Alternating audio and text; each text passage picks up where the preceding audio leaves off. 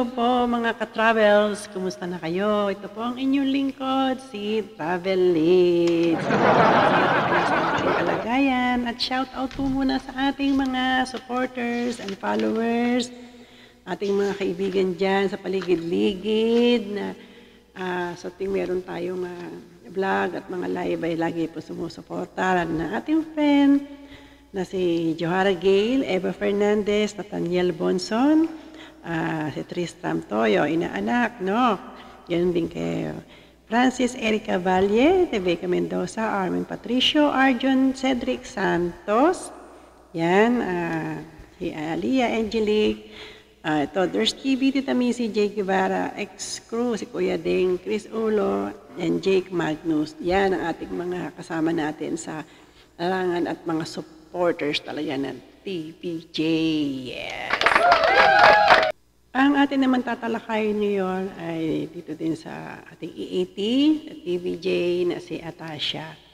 Nakakatuwa lang si Atasha, nakita natin siya nagsimula, nakita natin siya kung paano yung, dahil hindi nga siya sanay ng Tagalog, pero at least nakakaintindi siya. Kasi understandable naman yun na medyo Taglish siya. Okay lang, tayo naman mga Pilipino, ano naman tayo marunong naman tayo mag-adjust, saka naiintindihan naman natin. Nag-aaral naman tayo sa school. Bihirang-bihira nga ang hindi marunong mag-English natin, sa totoo lang. Sa ibang bansa, hinahangaan ng mga Pilipino. Sa bansang Israel, nakarating ako dyan. Alam niyo ba, nang hanga sila na ba't daw ang galing natin mag-English? Ba't daw ang dali natin makipag-communicate? Ang dali natin mag-adjust? Samantalang ako, bobong-bobo na ako sa sarili ko dahil akala ko hindi ako marunong mag-English. Kailangan pala makarating man ako ng Israel bago ako mag-English. Totoo yun, hindi po ako nagbibiro. Totoo po yun, na ang mga Pilipino napaka-talented, ang galing mag-adjust. Tapos kung ano yung salita doon, ang dali natin matutuhan. Hindi ako marunong magsalita ng Hebrew, yan kasi salita ng mga Israeli. Pero pagdating doon talaga, dahil everyday mo siya naririnig, mapapag-aralan mo talaga siya. Kaya mga Pilipino magaling mag-adjust talaga kahit ano pang English yan, merong English Carabao na sinasabi nila. May English Carabao ba? Meron ba? Hindi may English dog, English cat. Hindi, salita lang naman natin yan Ibig sabihin na para bang putol-putol, kasi barok-barok, di ba? Meron gano'n na English barok-barok dyan. Pero meron po, naiintindihan na rin natin kung ano ibig sabihin. Yun nakita natin kay Atasha. Napakagaling niya talaga. Sobrang hanga ako sa kanya. Actually, lahat naman tayo humahanga. Kung may mga basher dyan, manahimik na lang kayo, no? Ayaw niyo siyang, kung mga basher lang kayo na kayo manood ng EAT.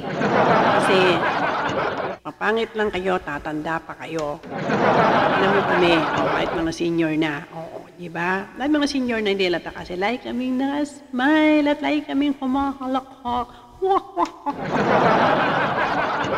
Para ko siya.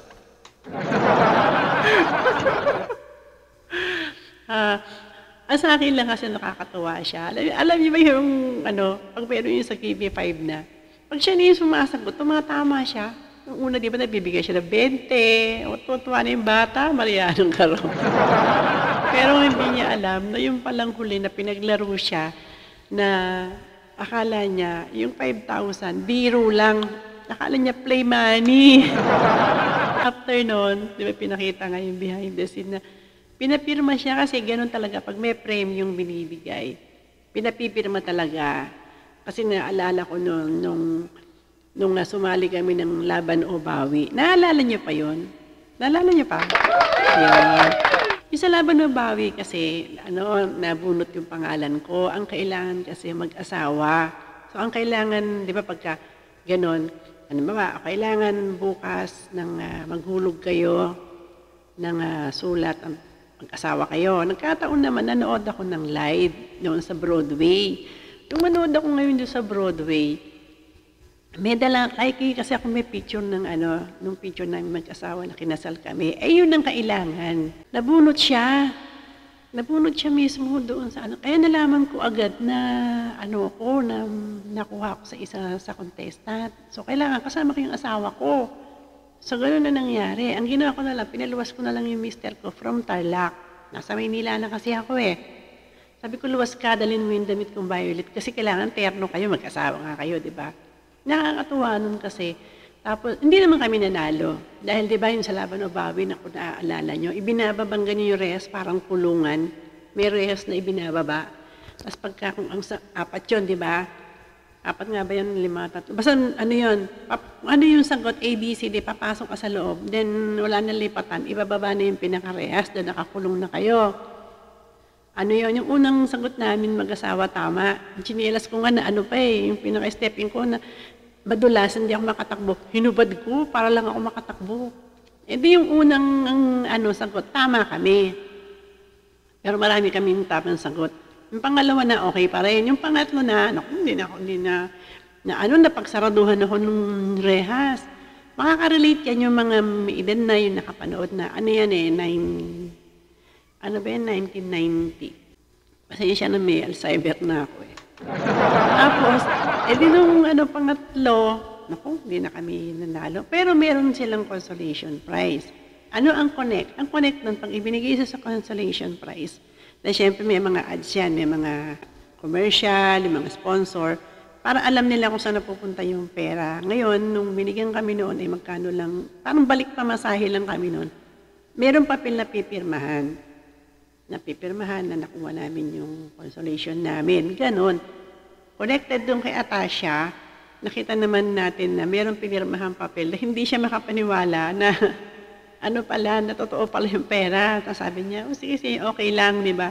Nakakatawa kasi noon, alam niyo yung na-appreciate niya, tsaka nagugulat siya doon sa nangyayari na, ay, ganun ba yun? Di ba ang saya-saya? Yun ang ibig ko sabihin. Na kapag kami nananalo, ganun, sila, aware sila, may pinapapirma sila. Ganun. O, di ba? So ako para kay Atasha talagang priceless din yung kaligayahang nararanasan niya ngayon na hindi niya nararanasan noon.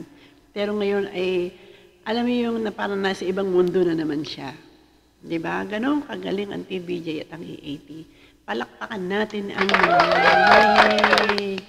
okay, ganoon na lang po kami paglilingkod sa inyo at sana may naikwento akong kaunti sa inyo. Na-experience ko din nung ako ay naging contestant sa Laban o Bawi. Okay, sana maibalik uli yung Laban o Bawi, para naman masaya uli, maibalik yung kahapon, throwback ba? Gano'n, di ba? Okay, that's all for now and don't forget to subscribe.